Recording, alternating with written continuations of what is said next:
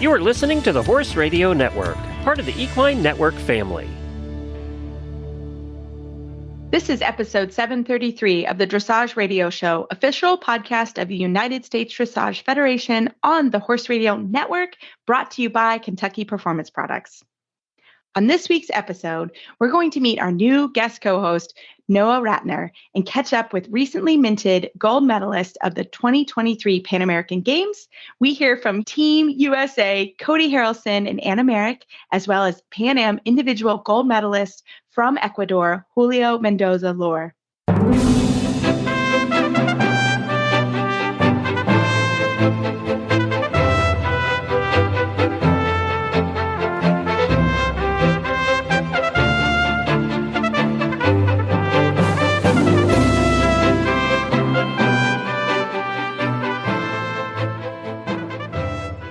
This is Reese Koffler-Stanfield from Georgetown, Kentucky.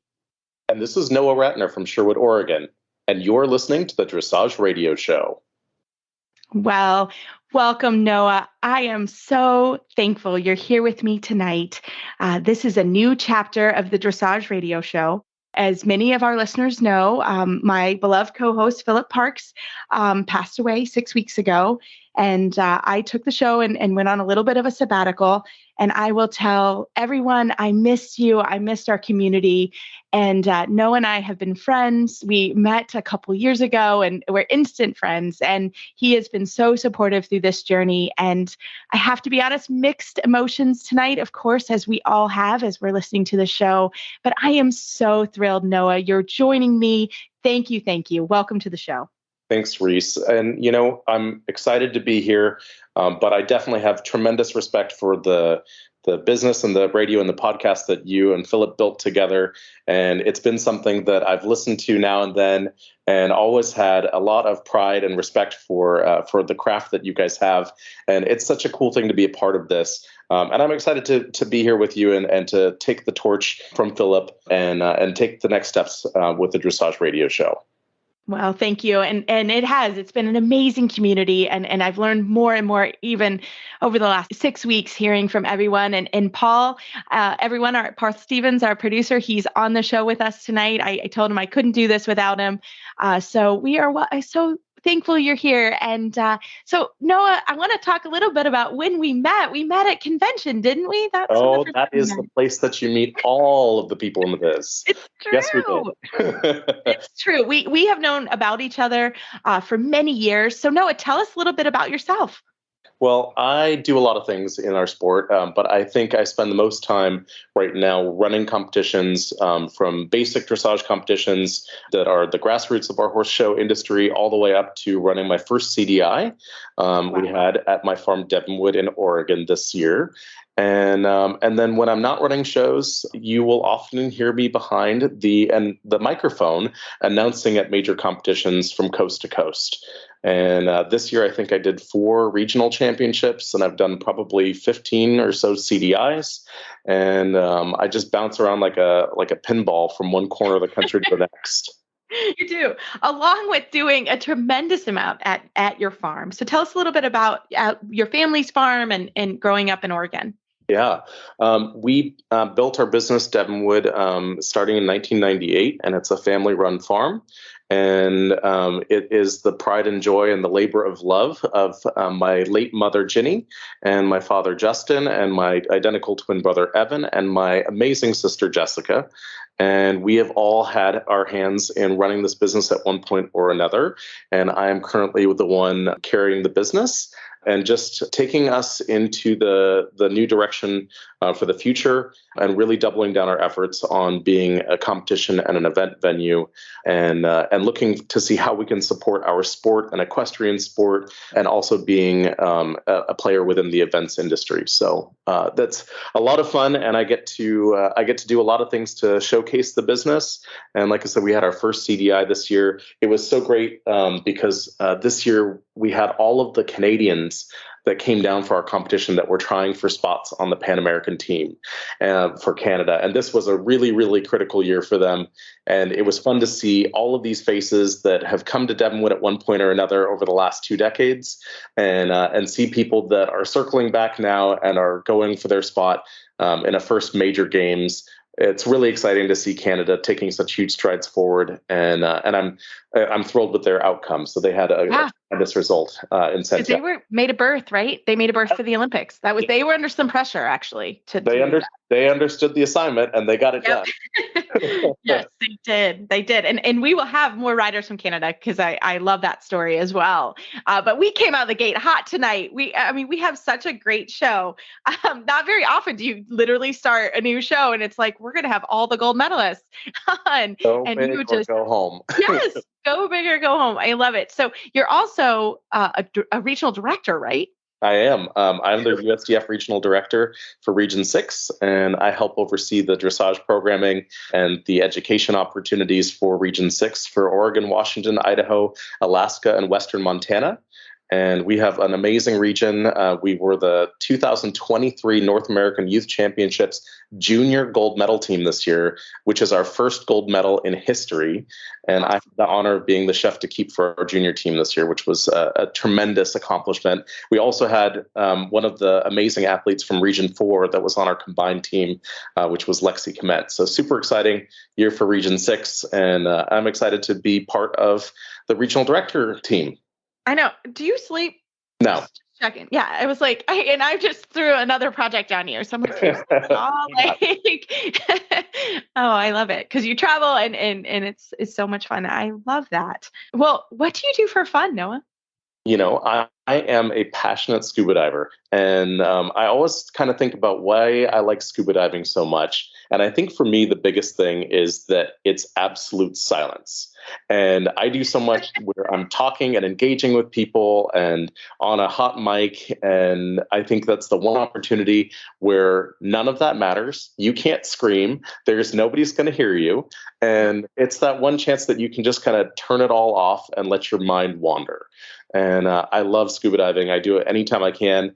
And if you're ever in Florida during the winter months and you think that you might want to learn to dive or you want to go for a dive if you're already a licensed diver, hit me up and I'll take you to some of the cool spots. I think this may be a project for Travis and I. I think this would be a team building event. Let's do it.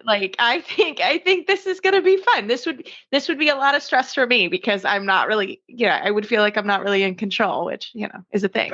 So this would be a good exercise. My husband would probably rock it and just be over there floating around. You'll be surprised, my friend. I a lot of times I hear that from spouses and partners, and they're always surprised when we get underwater. And it's always amusing for me to see who excels and who's really comfortable at first. So have confidence in yourself. I love it. Okay, this is a great team building experience.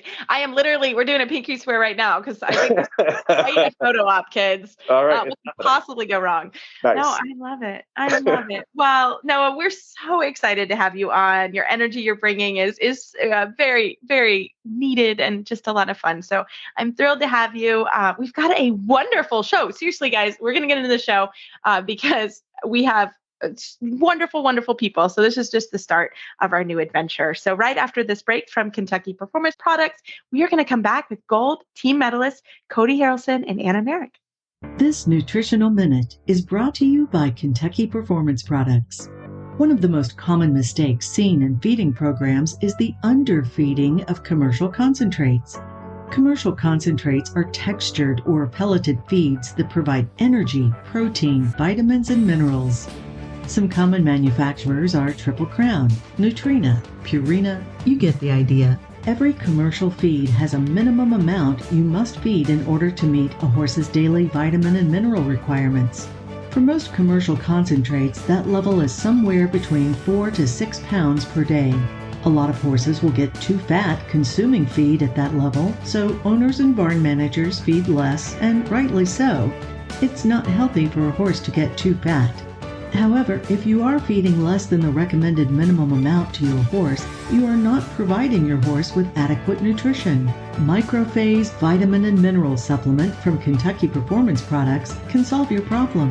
Microphase can be added to the diet as needed to fill in the nutritional gaps.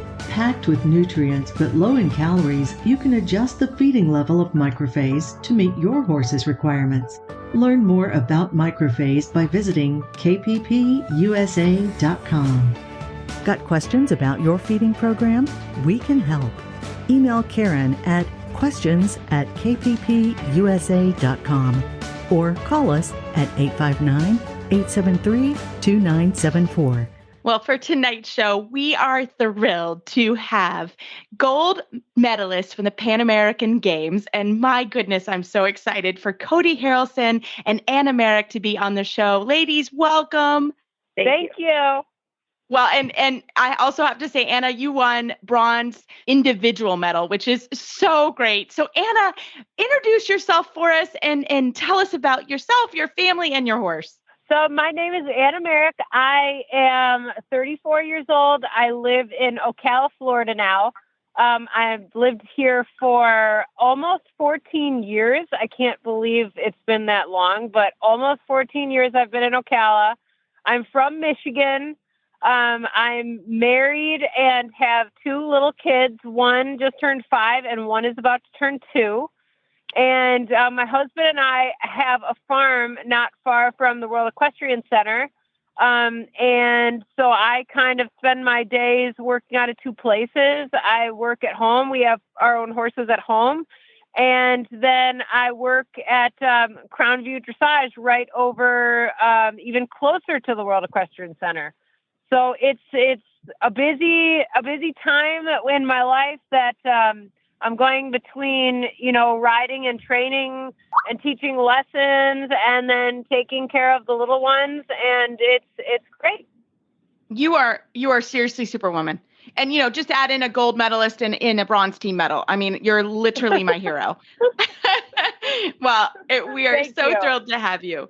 And Codi Harrelson, we have had you on the show. We were trying to decide. I've known you, oh my goodness, for many years. And both of you ladies, I just was cheering you on, sending amazing messages. I'm so proud of you guys. Codi, welcome to the show now as a team gold medalist. My goodness, that gives me the nice shivers for you.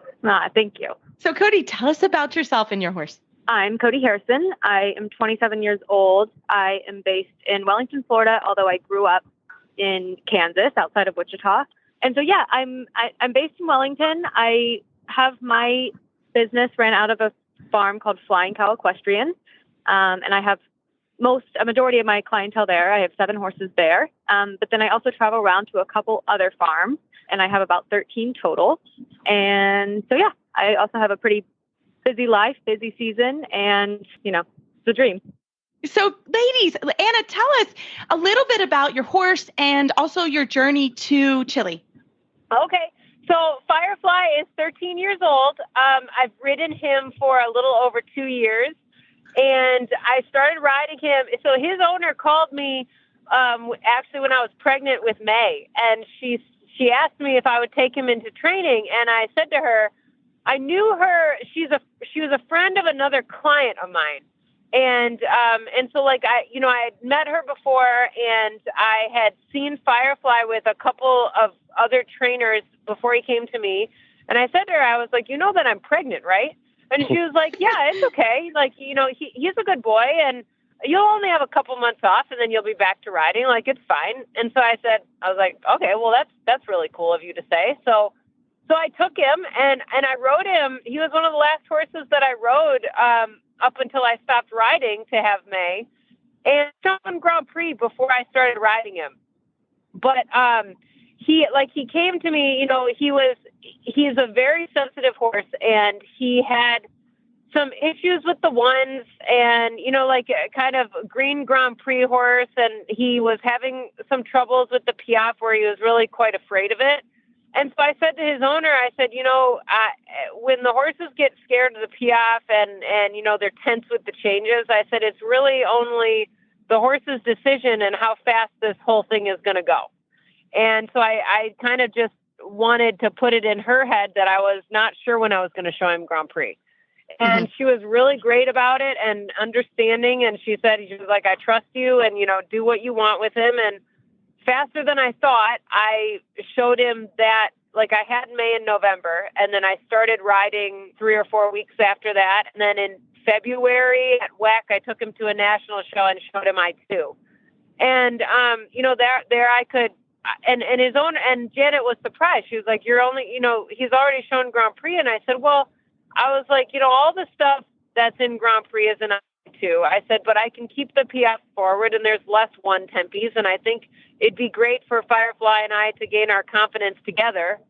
And I can learn what he's like at a horse show and all that. So she was like, okay, great idea. And that's what we did. And he did great. And then the next show, I could put the PFs even more close on the spot. And then he just, every single time I took him out, he gained confidence. And, and then I kind of hit somewhere where I got a little confident and thought, oh, he's over this problem. And then, he reminds me that it's, don't trap me and I can still get scared and I'm very sensitive. And so I kind of had to take my journey by what he could handle. And what I learned about him is that the longer that we were together and the more that we both came to trust each other, he came on so fast, and he and I kind of rised up the ranks really very quickly. And, this was all it was all unexpected how quickly it went and how much better he got we got so fast together. He's just to me, I look back on it and I've seen some horses that are, that get scared of things or have bad experiences and it sits with them forever. And with Firefly, it really didn't. He and I just got along together so well that we flew along and now I can really put pressure on him and say, okay, buddy, now you got to give me more. And he says, all right, Mom, no problem. It's really cool. It even just makes me so proud to think about how far he's come. Yeah, that's huge. And so you rode him your first show in February, not last year, but the year before? Or how? Yeah. Tell us the timeline. So it would have been in, I had me in 21. So it would have been in 22. I rode him I2 February of 22. Wow. And then, I was able to see you rock it at the 5-star last year in Wellington. So tell us your journey between sort of the I2, putting more pressure on, and then going, making the 5-star and then making the team. Well, so that was really cool. The 5-star for Firefly and I, it was one of those things where I was a little bit naive about how a 5-star works. And it was at West, Yeah. And so Firefly can historically be a pretty spooky horse. But the funny thing is that I don't know if it's that he loves to horse show or what, but at horse shows, he's not spooky at all, no matter what's going on. And so then I had a little bit of anxiety about going down to the 5-star when I realized that I wasn't going to get him, I couldn't come down the day that we were allowed to show the horses the arena. So I couldn't get him into the arena. So I had this anxiety. I was like, oh my gosh, he's never been here before. And I'm going to have to show him for the first time when I am showing him Grand Prix. And again, he went down there and he just surprised me. It's just any situation that I put him in that I'm like, wow, this is really going to be a test to our relationship and what he'll do for me and what I'll trust him to carry in terms of the stress. He just surprises me. So we went down there and that was the biggest show that, we had ridden in. And, he didn't put a foot out of place. I think we may have had a couple of mistakes and same thing. I wasn't in training, he'd show such awesome stuff, moments of great PFs and great this or that. And I was still approaching being able to make that happen in the ring. And, I know for my coach, Ann, sometimes I'd come out and I'd have a good ride, but she would still not really quite be happy with it because she knows what he can do. And so when I'd get to a point where I'd come out of the arena and Ann was happy, I knew I really nailed it. Yeah, absolutely. Ann Gribbins is no joke. And you've trained with Ann for many years, haven't you? Yes. Almost as long as I've lived down here. So I think about 13 years. Wow. Yeah. That's amazing. That's amazing. Well, Codi, can you tell us about your horse Bosco? Because you have a different story and a different path, don't you? Yes. So Bosco is a 16-year-old Danish warmblood, and I have had him for over 8 years. I found him when I was looking for my young rider horse. I was a working student for Lars Peterson and Melissa Taylor at Legacy Farms. And I was kind of getting ready to go back to college, and I said, well, I really would like to go to Young Riders and, find a horse that could take me there. So I went on a trip with Melissa, and we found Bosco. He was out of, I think, 26 horses or however many I looked at. Before I even trotted off, I just had this feeling of, I need this horse, like just absolutely fell in love with him. I distinctly remember Melissa saying, stop smiling. There's no negotiating if you smile. But anyway, it was truly like love at first sight. I think it's the first horse that I really have a relationship like a dog. So anyway, so we went to Young Riders, and it went well. We weren't gold medalists or silver medalists. I think we had one team bronze medal, but he really was never a superstar small tour or young rider horse. But he was so great to learn on, because no matter what environment you put him in, he does his job. He never looks at anything. He's never unpredictable. He just goes out there, and if you're good, he's good. So after Young Riders, we started playing with some of the Grand Prix movements at home, and my dad really wanted me to sell him. And Laura said, if you sell this horse, it'll be the dumbest thing you ever did, because you're never going to be able to buy another one like this. Not because he's so talented, but because he was something that I could not only develop with, but he would accept my mistakes. The horse never says no and just has a really good heart. So Lars helped me develop him into a Grand Prix horse. And it was one of the best things he ever did Lars did for me, was he wouldn't get on and do it for me. He taught me how to create it myself. And that's really an invaluable lesson. So we did the U25, and we had a pretty successful U25 career. And then in 2021, we moved up to the Senior Grand Prix. And every year he continued to come out and get better.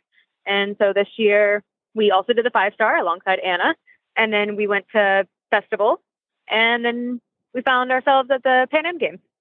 Yeah. Amazing. Amazing. So tell us about, how did Festival go? Festival went great. That was a great show for us. You were the national champion, weren't you? We were. Yeah. Every time we go into, actually also when I did the U25 at Festival, I was like, I don't know if he's ready. It just doesn't feel like it's, going to go super well. And then the U25, I was telling someone this before, the first time that horse ever piafed was in the warm-up going into our first U25 test at Festival in 2018. And then, this year, after the 5-star, I gave him, not the summer totally off, but I gave him a pretty good break. And because, it's summer, it's hot, he's 16, he knows his job. And so when we were bringing him back to work, into full work for Festival, I was like, you just get a little bit nervous, because I hadn't been down center line since the 5-star. And you just never really know how it's going to go until you get down that first center line. And he was great. I think the best he's ever been was at Chicago this year. And it was a lot of fun. So ladies, I have a question for you. I've been combing through your results. I've seen you at so many horse shows and so successful across the board. But for both of you, correct me if I'm wrong, this was your first foreign competition on foreign soil. Is that right? Yes, that's true for me. That's pretty impressive that for your first time on foreign soil that you guys could rock it all the way up to the top of the podium and come home with gold medals. Tell me, Codi, a little bit about the journey on getting to Chile and what your experience was like competing on foreign soil for the first time. One of my most exciting moments was probably when I got the call that we made the team, because of course you apply and you hope, but I didn't really let the idea set in and be real until I got the call. So once that call came in, then we put the pedals to the metal, I guess. We tried to really, fine tune all of our training, and he felt great going into the Pan Am Games. And it was so surreal being there and seeing the Pan American logo everywhere and meeting people from different countries and getting to see other top horses and top riders. And it's just a crazy thing to actually be able to experience it and live it. And we were really spoiled with our team and our venue and the hotel they put us at. I mean, I think Anna would agree. There was no experience like it. And the people that we had behind us made our job so easy. I mean, the only thing that we had to do at that show was focus on our ride. You know, everyone was handling the logistics of it. It was just so nice to be able to go to a show and have your one horse and really be able to think about what you want to do and how you want to do it and not have to worry about all your, you know, in Wellington, I get to show, but then I also have to come back and work and ride my other 10 horses a day and, you know, help my clients and help them show. So it was really nice to be able to have just one job and to be able to go and do it. Bravo. Well, Anna, I think if I remember right in the draw, that you came out as the first rider on the Grand Prix. And what was the pressure like for you going into that competition arena as the first American rider on the Grand Prix side? You know, there was a little bit of pressure taken off because I got to see Christian ride first since the Prix St. George went first. So, like, when George and Anne and Laura were telling us the draw and how, you know, they were going to set the riders up for the rides. And I was thinking to myself, you know, obviously everybody likes going later in the class. However, for me and my nerves, I was kind of thinking to myself that it might make me more nervous to watch everybody else ride before I had to ride. So for me, it actually wasn't a bad thing because I was really, really focused on the Grand Prix and it's in a funny way, like it's the test that I'm most comfortable riding because I've ridden it more than the special and more than the freestyle. So I just really, like, even coming into the Pan Ams, had my eye on riding a good Grand Prix. And that was the goal that I had set for myself. Like, my dad, who is not, he's not a rider, but he's very much a sports person. And he is, like, I call him my stage dad.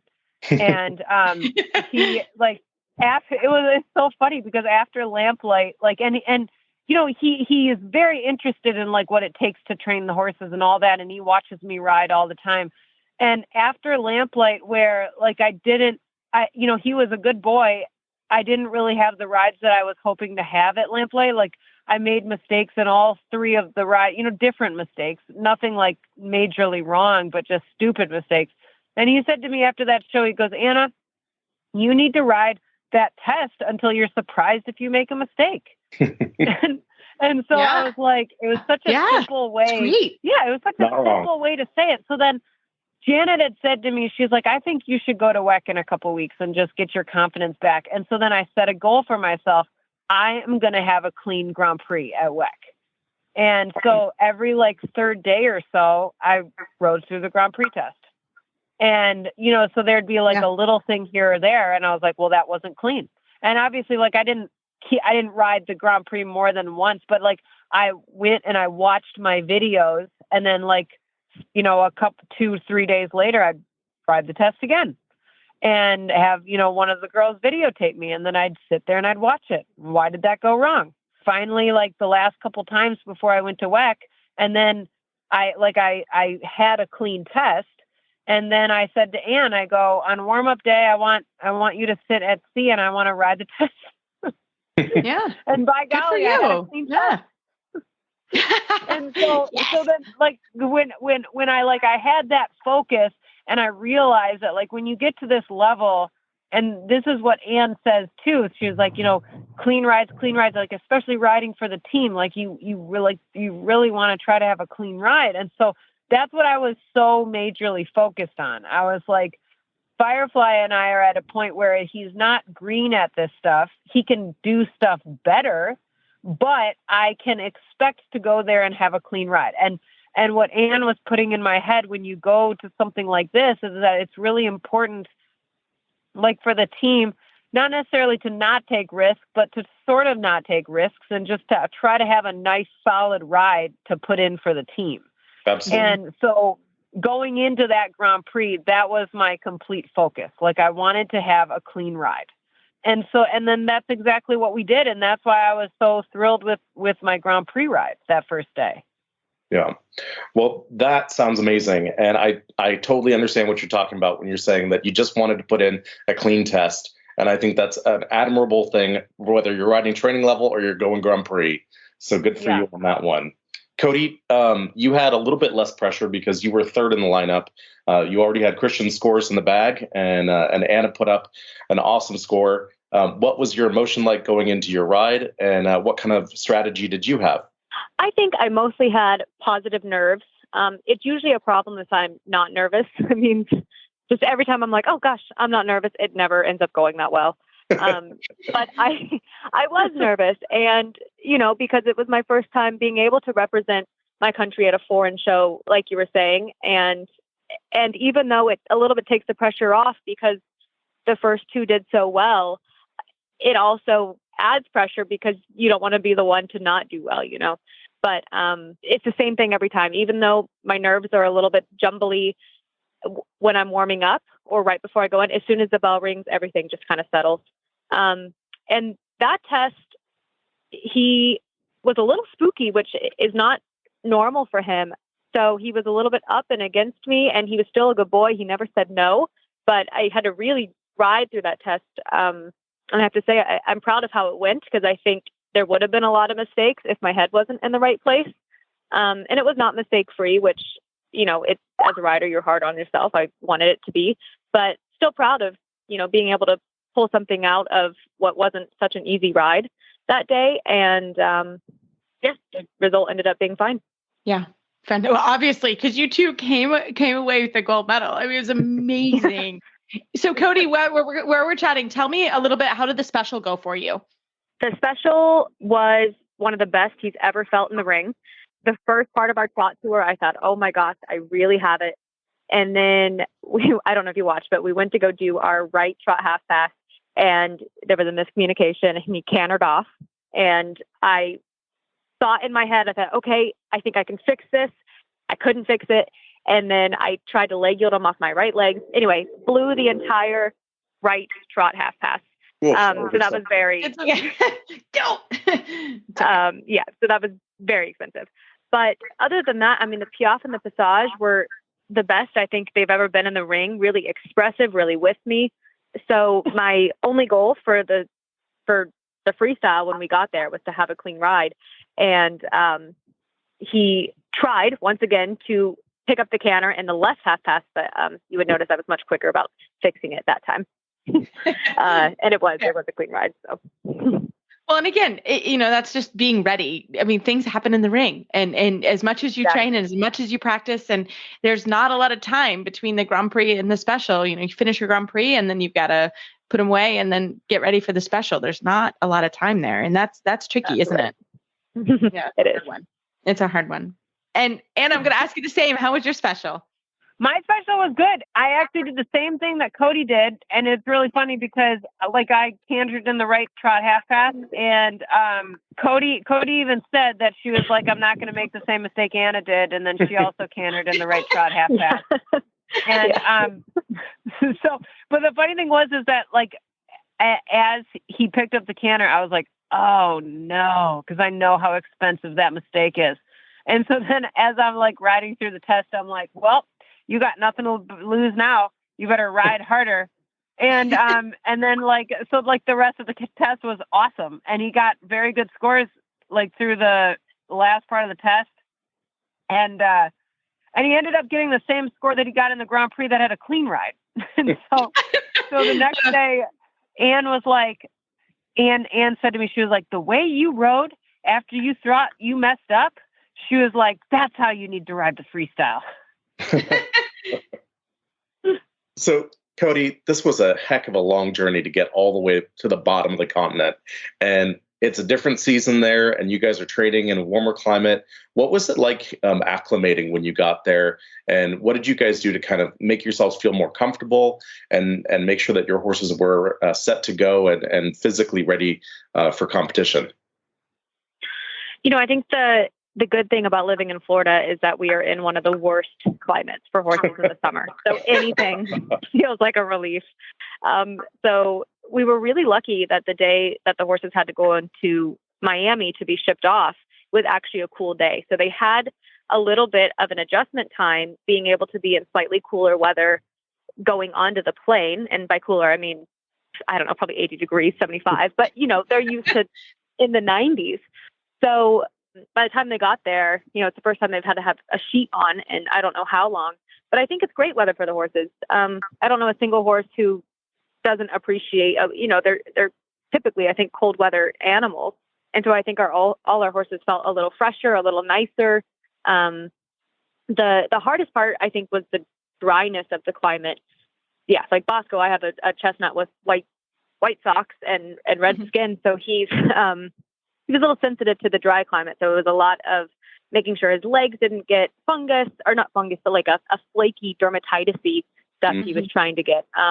So luckily we had the best team. The vet, Dr. Laura Faulkner, she was on it. She was really made sure that every horse was prepared and ready and taken care of with anything that happened to, not go wrong, but, anything that popped up while we were there, she was on it. But we as people were cold. We were in so many layers, lots of layers. I saw a lot of heavy jackets. It was a little alarming. It was really funny because I think on the third day, it was probably 75 degrees, and everyone's like, "Oh my God, it's so hot." But goodness, you take everyone out of Florida for 5 seconds, and then they're I think scarves and hats, and I think back to no, it was a nice climate to be in. I'd much rather be that than super hot, and it wasn't frigid cold. I think the horses felt great. Yeah, absolutely. I think, thinking back to the Tokyo 2020 observation events, and as we were getting the team ready and getting the short list finalized, we intentionally had our observation event at the peak of the summer heat in the evening, as we were just trying to make the conditions to be intentionally as brutal as possible so that we could mimic what our athletes were going to face when they got to Tokyo. And we really didn't have a need or an opportunity to do that for these games. Anna, what was the experience like for you? In terms of the weather, you mean? Yeah. And adapting to that. What I was really interested to find out is how the horses would do in travel like that. Like Anne always tells me that, traveling on a plane to Chile is going to be easier on Firefly than going from Florida to Lamplight.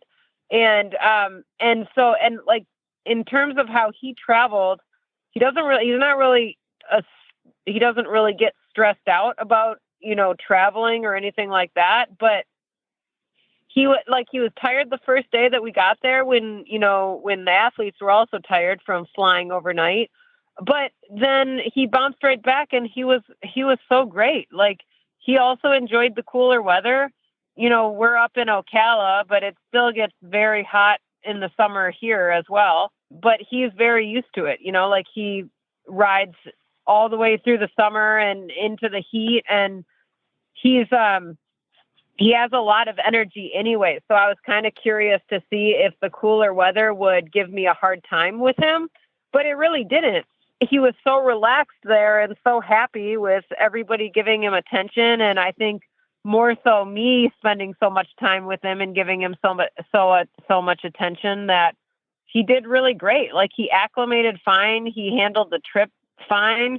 And then, like you say, happy horse in the barn is going to be happy to be ridden. And it really was true. Like, he was happy. His body felt good. And so he performed well. Awesome. I mean, it literally, this is like a fairy tale story of all of these things coming together. You guys had amazing rides. When there was an opportunity for you to step up, you did. You had the support team. I mean, it's literally all of the pieces of the puzzle coming together. How exciting for you guys.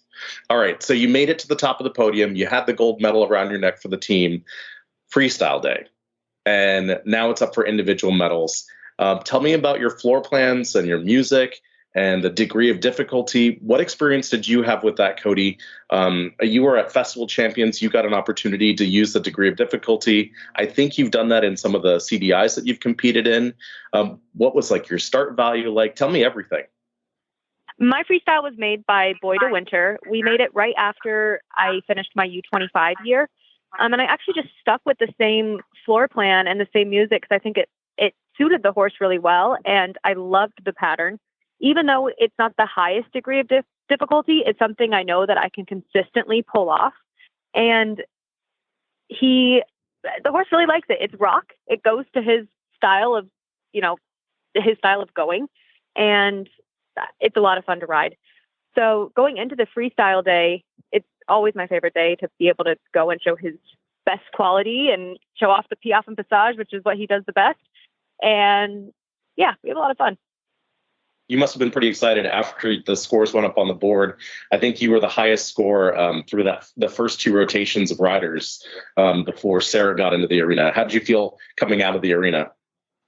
I was so overjoyed. It was our first clean ride of the Pan American Games, and he felt great doing it. He showed up for me. We nailed the things that I had messed up the prior days, such as the changes, which was disappointing the previous 2 days because those were actually some of his highlights of our riding. So that was my big goal. Is I was like, if I have one more mistake in my tempies, it's going to be not happy. But he was great, and I was ecstatic to see the score. So happy with how he felt, and he was tired. You know, it was a long trip. It was 3 days of doing Grand Prix. It's not easy on a big horse like him, but he pulled it off, and yeah, I was thrilled. Good for you. Anna, you had the very last ride of the entire competition for dressage. No pressure, right? How was No it? pressure. How was it for you? Tell me about your music and about your floor plan and your degree of difficulty and what your emotions were having the final ride in the competition. Well, so when I found out that I was the last ride, I was like, Ann, can you believe it? I'm last. And Ann was all excited about it. And I was like, and I said to her, I said to my dad, I was like, oh man, this entire weekend, I wasn't able to see any of Julio's rides in person. And Julio's a good friend of mine. And we went back with Christian and Codi, and Christian pulled up his rides on Clip My Horse, and I was like, man, I have to go 2 rides before Julio. And so then I was warming up with Julio and Zhao, and I was so excited to ride my freestyle. Firefly's freestyle is from Stranger Things. Mm-hmm. And fun. Janet, his owner, actually picked the music, and I love it. It suits him great. And I I watched the show, and I remember the intro to Stranger Things, that it was, cool, kind of dramatic music. And so Terry Gallo made the freestyle for him. And his degree of difficulty, when it comes in on the computer, it comes in, I don't know exactly what, but it's 9 something. It's a hard freestyle if I accomplish all the combinations, You start out that freestyle with a start value of 9.35. That's a big number. That's what I thought. I thought it was a 9.3. Yeah. That's vicious. Yeah, but that's and the funny thing is that when you watch that, when I watch that freestyle or I look at it, it's that's why Terry's so good, is because she gets it to come in calculated as a 9.3, but as I'm doing it, it doesn't feel hard for Firefly. You know what I mean? Riding that freestyle, when I get to freestyle day, I'm like, okay, these are the things that Firefly is really good at. And she set it up so perfectly for him that it's easy for me to ride, and I can kind of pump Firefly up a little bit, and it works for him. He likes the music. He can tell when we're doing the freestyle. It's gotten really fun. That's so fun. I love it. Well, ladies, you have been so great with your time, and we could keep you on all night because you guys are both amazing. And I knew you would be so fun to have, but we want to be respectful of that. But Anna, can you give us your contact information if anybody wants to learn more about you and Firefly? So if anybody has any more questions or wants to know anything else, you can look me up on Facebook or Instagram. My Facebook is just my name, Anna Marek, and on Instagram, it's a little nickname I used to have for my dog. It's Philbot07. Love it. Well, thank you so much, Anna. And Codi, how can we find you online? You can find me on Facebook, my name, Codi Harrison, and that's Codi with an I. And then same thing on Instagram. It's just no spaces, no lines, just Codi Harrison, Codi Harrison. And that's it. Wonderful. Well, thank you, ladies, so much. And congratulations again on the gold medal and bronze individual mana. That's amazing, you guys. Thank you so much for having us. This was great. For first-time horse owners and new riders, finding the information and support you need can be challenging. That's why Equine Network has partnered with Sentinel and Absorbine to bring you My New Horse. From important horsekeeping information and how-to videos to social media communities, exclusive experiences, and more, My New Horse is your one-stop shop for riders of all levels and disciplines looking for easy-to-understand horse care information and guidance. Start your horse ownership journey today. Visit mynewhorse.com. Well, tonight I am happy to have the big boss stopping by, Glenn Hebert. He is the head boss around here. How are you, Glenn? Good. How are you guys? Noah, welcome to the show. Hello, hello. Many thank yous. Good to be here. You know, it's interesting because I just did an interview with you, didn't I, like a month and a half ago? We did. You are right. Caught red-handed. I thought we had done an interview for Horses in the Morning just a little while ago. It was about Equine Affair, if I remember right. And that's coming up next week. Is it really? Oh, that's right. Yeah. Giddy up. Yeah, Massachusetts. Yeah. Oh, yeah. Yeah. No, someday we'll talk about when I did Fantasia. But that's a great, if you're in Massachusetts, you should do, it's such a fun thing. You should go. Super excited. It's going to be a good one. And we have a big dressage personality coming. Stephen Peters is going to be there. He's one of the headliner clinicians this year. Oh, he's the best. Oh my gosh. Well, see, now I'm jealous that I'm not going to Massachusetts, but yeah. So Glenn, how are you? Good. I just wanted to stop by for a couple minutes tonight and talk about Radiothon. You are going to that. So for new listeners, Radiothon, well, it used to be a 12-hour live event that we did on the Monday after Thanksgiving on Cyber Monday. And we had multiple hosts and 20-some guests and hundreds of voicemails from listeners singing songs and doing poems and all kinds of stuff. This year, because I don't want to die, we're bringing it back to 6 hours. And so it's going to be, yeah. Don't die, Glenn. It's 6 hours live. This year, we're doing video in addition to audio. So it's going to be, we're going to do Facebook Live out to a bunch of places. Basically, you can find it at horseradionetwork.com. And it's going to start on the 26th. We're going to do it on Sunday so more people can watch live. In the past, we had a whole bunch of listeners that would take off work on that Monday just so they could watch. But now we're going to do it Sunday from 3 to 9 p.m. Eastern Time. Every hour is going to be different hosts. Ashley, who is my compadre at running the network, and I are going to MC it. And then Jamie and I are going to do Horses in the Morning for the first hour. And then we have Retired Racehorse Radio. We're going to do a holiday trivia. We're also doing Heels Down a Happy Hour and Adulting with Horses. Those crazy kids are all stopping by. And then in the last hour, Reese is going to come on. We're going to do a toast to Philip, too. We're going to have a little Philip tribute in the last hour. And then we have some other hosts from other shows coming and stopping by. So last hour is just basically a drinking party because it is the holidays. Sign me up. It is great. And it is definitely, I'm going to have my glühwein out because it's already getting cold here. So I'm ready with the spice wine. Don't worry. I went to Trader Joe's and bought an entire case of it. She's leveling up. Well, the other thing you're going to need is it's also, all the hosts are required to wear really ugly Christmas sweaters because it is video. So you need to make sure you have that covered. And I know Jamie went out and bought hers. Already. I already have one. It's a may be a unicorn situation. Just saying. Okay. I got it. I got all of it. I'm ready. Well, I'm ready. There also is an opportunity, if you remember right, Reese. We now have over $4,000 in prizes we're going to give away that day. Wow. And if you go to horseradionetwork.com and click on the Holiday Radiothon banner or link in the upper right, it'll list all the prizes. But we have blanket packages, 3 different ones from Weatherbeata. Kelly Hurd Jewelry's giving away $250 gift certificates. I don't know if you've seen the Optimizer yet, the hay feeding system. What? That's really cool. And Jennifer and I want one for our new barn. So I was going to say, talk to me more. I'm coming to Florida where hay is gold. She's given one of those away. It's at $500. We have all kinds of gift certificates for different things. I mean, we're giving away a ton of prizes that day, and we're going to have some really cool guests all day long. So you can find out all the details. Just go to horseradionetwork.com/radiothon, or just click the banner on the upper right-hand corner. And it also tells you how to register. You can just go in there and sign up to win the prizes, or you can send us a voicemail. This is the most fun. Reese will attest to this. The most fun part of the entire day is listener voicemails.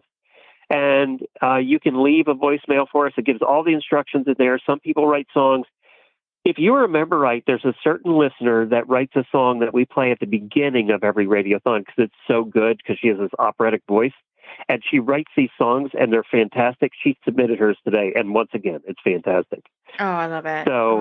So you can do that. You can be creative. You can write a poem about Reese if you want, or Reese, the dressage show. You can do anything you want and send it in. Now, we do have a theme this year, and like we do every year, and the theme this year is your best funny Christmas fail. It doesn't have to be horse related. It can be anything. So, you drop the turkey on the floor, the dog ate the turkey, that kind of stuff. Yeah. No, do you have one in mind? Oh, yeah. The dog ate the king salmon. That was expensive. Did you like it? Was it good? Did he live? I mean, that's terrible.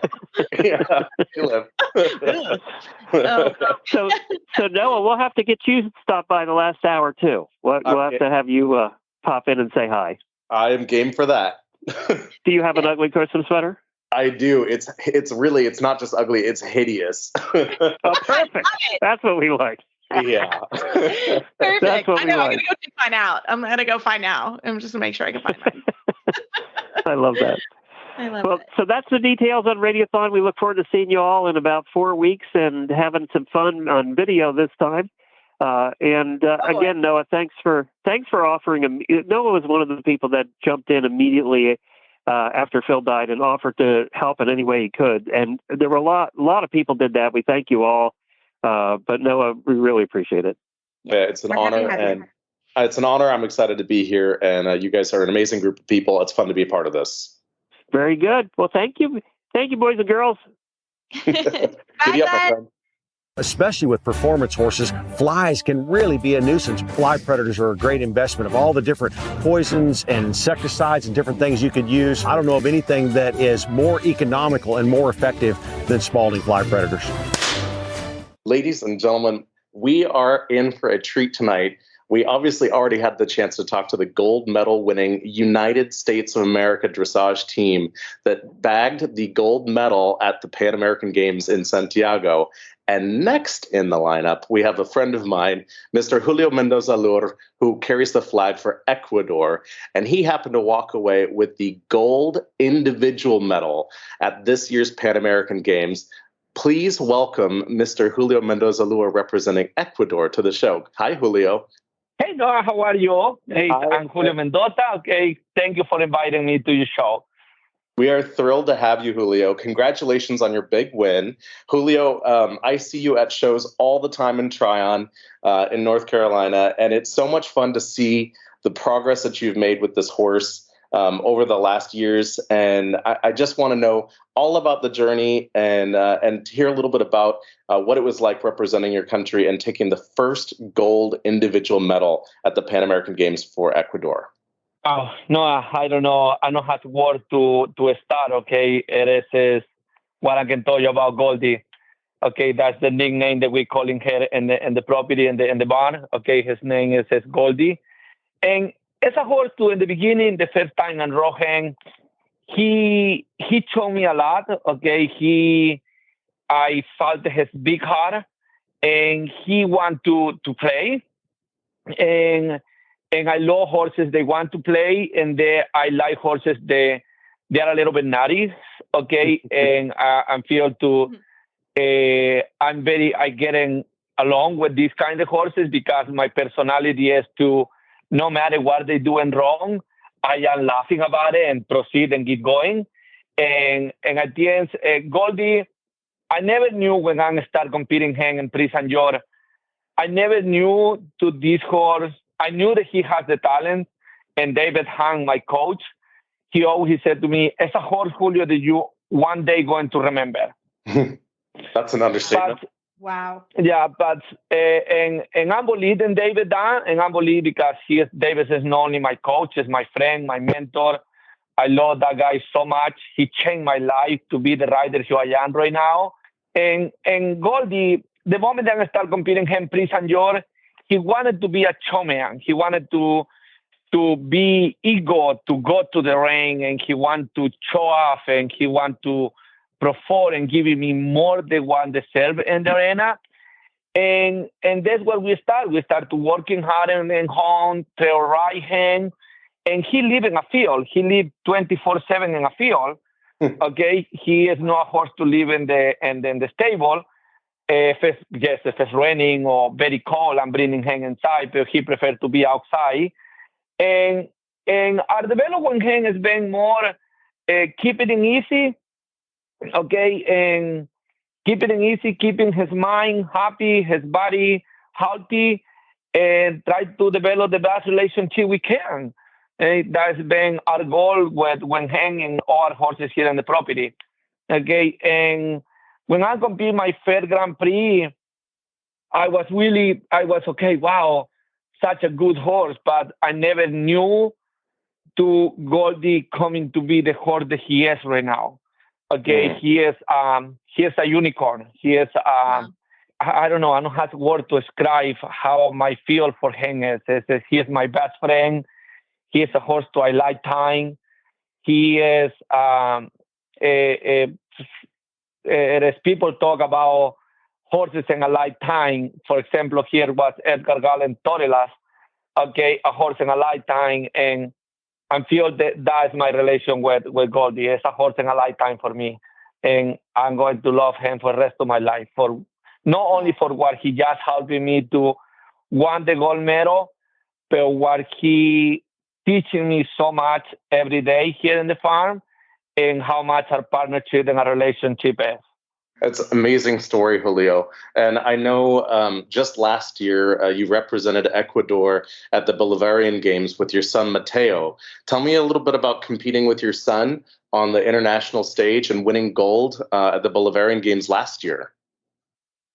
You know what, Noah? That's a great question, because a lot of people asking me that question, and I said to people, that for me, the Panam game is 1/10, is one gold medal.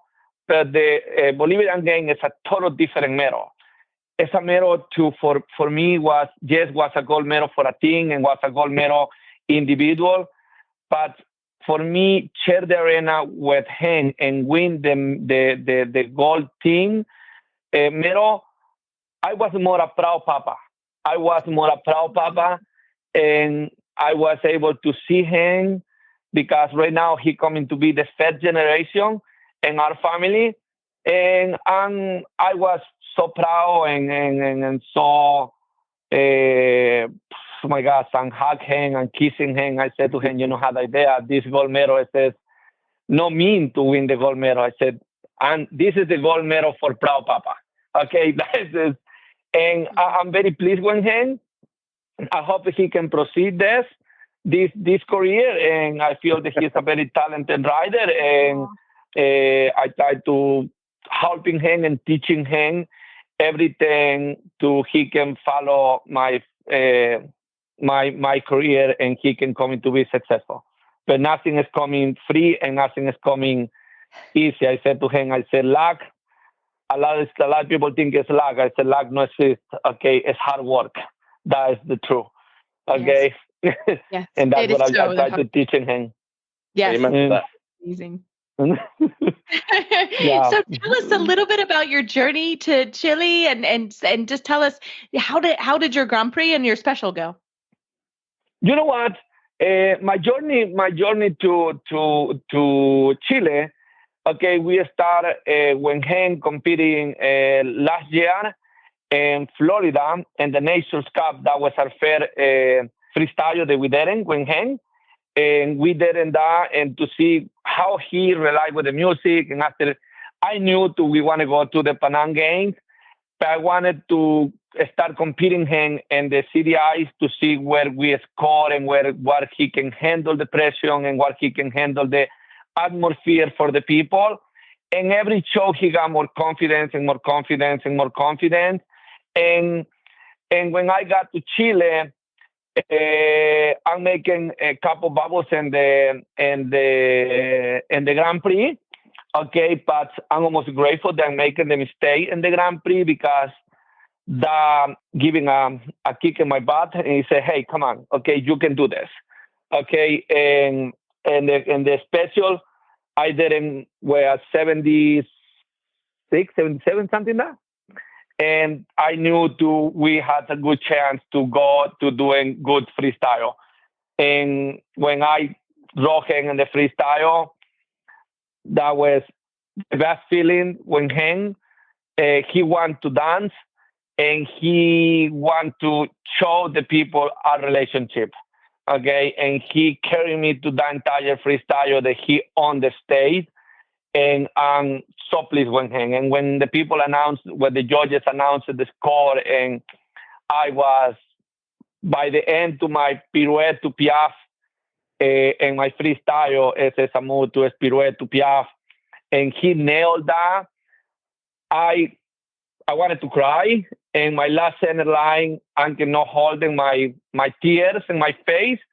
And when I'm held, I was screaming for happiness and celebrating. And by that moment, I no longer cared for the scores. I just was so happy with my horse for what he giving to me. Yeah. And I was waiting for the score. And when they announced the score, I was, oh my gosh, over the moon celebrating. Okay, and seeing my wife's face and cheer on and so happy, that made me so happy that she's happy. Okay, and my horse is happy to do it with me. Julio, your scores in the freestyle, like you were saying, you have to be absolutely thrilled. You were one of the only riders that had technical marks that were right at the 80% mark.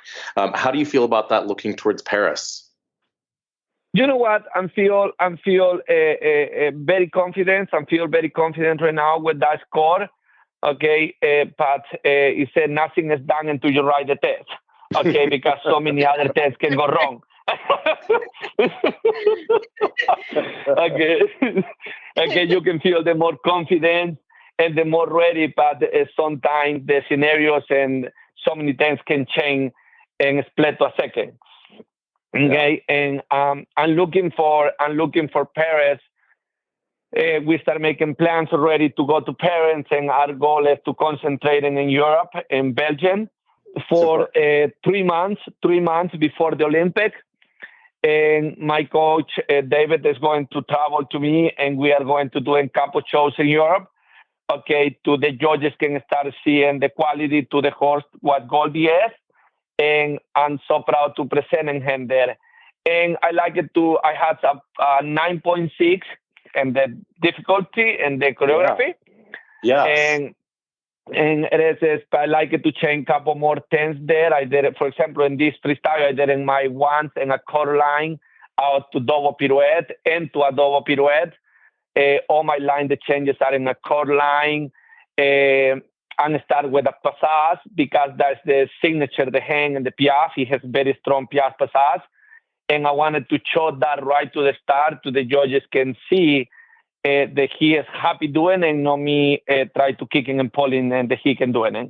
It's really impressive, Julio. It's clear you understand the strategy behind the degree of difficulty. So you have a couple ideas on things that you're going to change. Your music, every time I hear it scream Ecuador, it's just like you just get going, and it like you have to join the party. What changes are you going to make before Paris, or can you give us a little insight into anything you might be implementing for the next go on your freestyle? Absolutely. We can talk about this, okay? But this is, for example, this choreography that I'm riding right now, my lovely wife, okay, my princess, how I talk to her all the time. She is the one we sitting down and we are seeing the strong part of the horse, what is the highlight to hang and what is the weak side of hang. And we start to highlight the stronger in hang, and she was the one to decide the choreography. Okay, with our lady for the musical freestyle, Leslie Barrow. And I like it to change, and I like it to have one extra line. Okay, for example, I had only one stand and trot. Okay, and that we know to riding a horse on time, to have one stand and trot in a freestyle can be a little bit because if the horse screwed that up or I'm screwed that up, I have only one line to stand and trot. I like it to have at least two, okay? And I like it to have a jerk line because I had only, in the kennel, I had one line the twos and one line the ones. If I'm making a mistake, because he's not making a mistake, I'm the one to making all the time the mistake. Okay. Yes, and Julio, can you explain the Joker line, because that is important. I'm with you. I like a Joker line because if we make a mistake, right, that is a line you can do what you want with, right? Exactly, because I like a Joker line because it says, I feel if you're making a mistake, if you feel that you're making a mistake, you can use that line to doing you line the twos or you line the ones, whatever mistake you make, and you can bring your score higher to average the good line with the bad line and average boss, okay? And you not finish when 1-4, you finish when 1-6-5 or 6. Okay, to is 2% more higher than what you're just getting in the beginning with the mistake. Okay, exactly. That's what I like to use the Joker line. Okay. Yes, nice thing.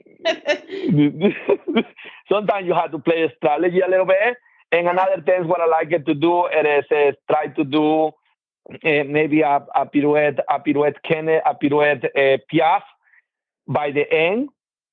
Okay, and try to do my half passes and passadas, and finish with a quarter pirouette in each side or a full pirouette to a halt. Something more difficult. I like it to go to the Olympic with a choreography to have at least 10 out of 10. Okay, if that's possible. Okay, and I know it's hard to achieve that, but you have to think in bigger to go bigger. Yes, I love it. Ain't that the truth, Julio? You got to think big. You got to think big, and then you'll go big.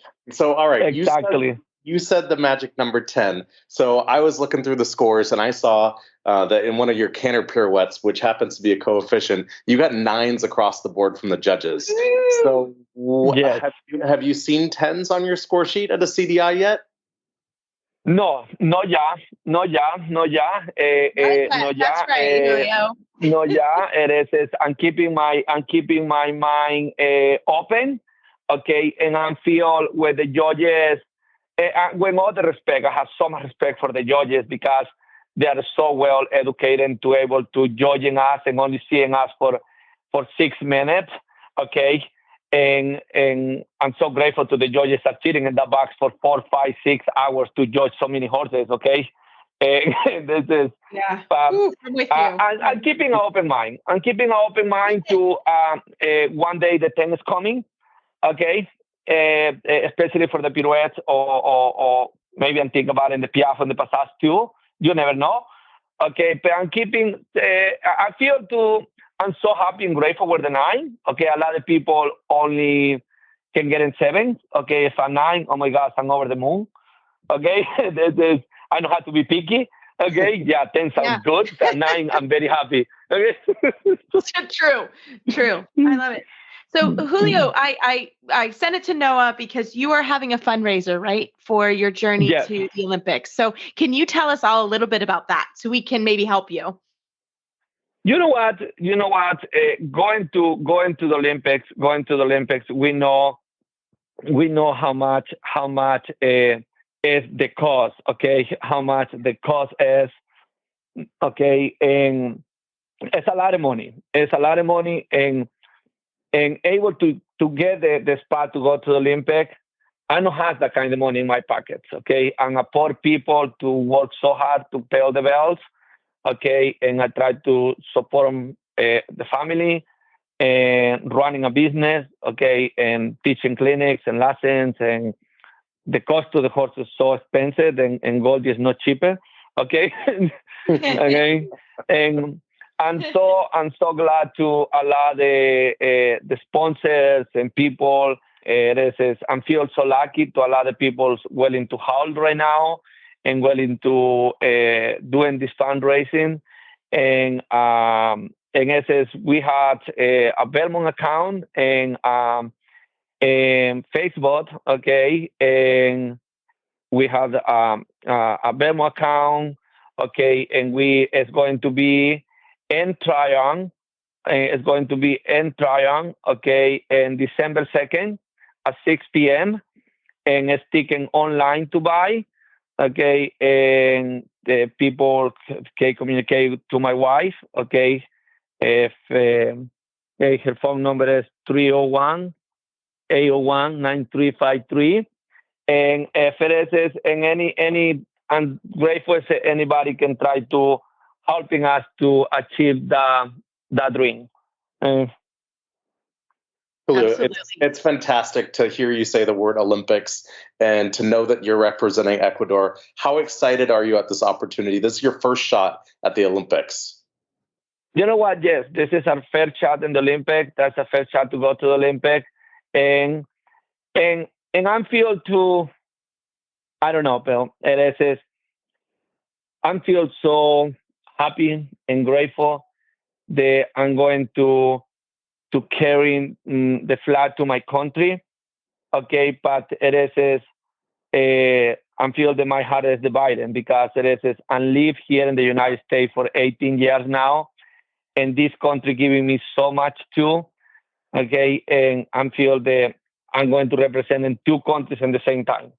Okay, one country to Sami born and raised up there, and one country to giving me everything who I am right now.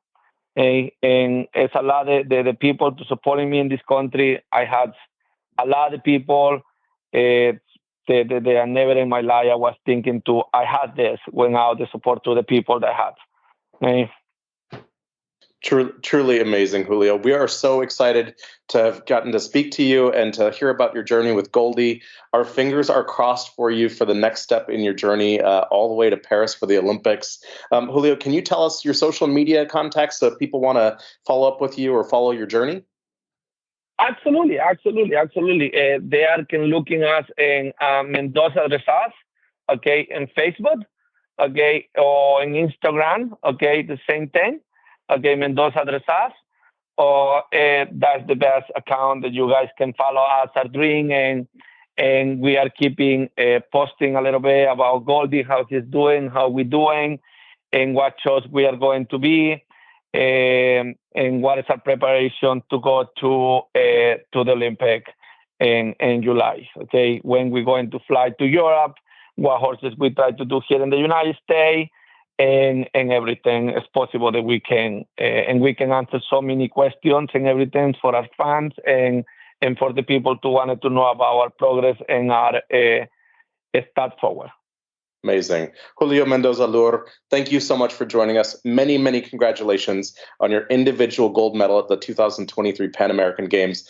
Hope you have amazing rides, and we can't wait to see you in Paris. Oh, Noah, thank you so much for having me tonight.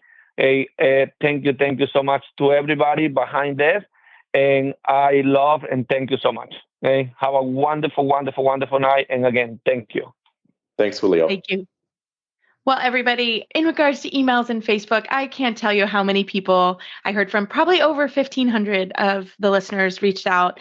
And boy, I can't thank you guys enough for all your shout outs. So keep them coming. They really mean so much to us. And we've got some great announcements from USDF.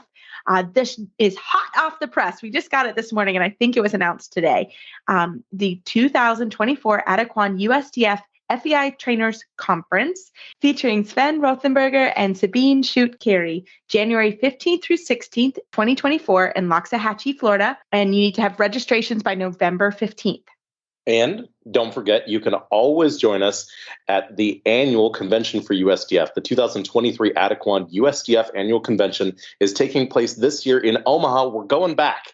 We had fun at the World Cup finals. We're going back to Omaha. You can find all the information about this year's annual convention online at www.usdf.org/convention. And I think this would be a great opportunity for us to clink glasses together. So yes. Stop by, find Reese and I in the bar, and we'd love to meet you, meet our wonderful listeners. and raise a glass to you. And we're also celebrating USDF's 50th anniversary. This is a big year. Crazy. Yes, that's amazing. And truly, this is the place that governance happens. And if you are curious about it or want to know, first of all, reach out to us because we're happy to help you. Noah knows a lot more about it than I do, but I have been to several, and I'm a delegate this year. So this is truly where governance happens for USDF. So if you have a problem, you want something discussed, this is where it happens. And I'm going to actually say, shout out to your regional director, Noah's Region 6. Noah, you're really the person, right? If you have a problem, you need to let your regional director know so that they can bring it up to the board, right? And we love hearing feedback from our members. That's absolutely important. But we also love hearing what's going well for you. Whether you have a GMO that's doing amazing work and you want to see a program get even more support, or maybe there's something we've done in the past that you'd like to see us bring back, we want to hear from you.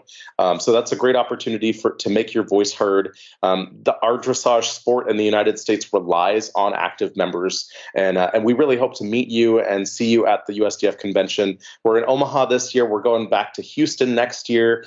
There's a lot happening in our sport, and we want you to be part of it. So join us in Omaha this year for the Adequan USDF annual convention.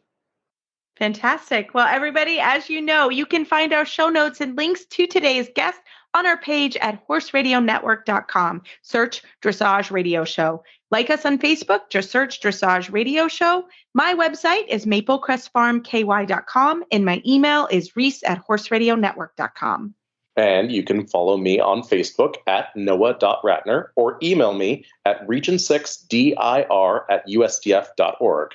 We'd like to thank our amazing friends at Kentucky Performance Products, our sponsors for today's show. If you'd like to support our show and the Horse Radio Network, you can do that through the auditor program found at horseradionetwork.com. Well, we are looking forward to seeing everyone soon on our next show. Have a great week, everyone.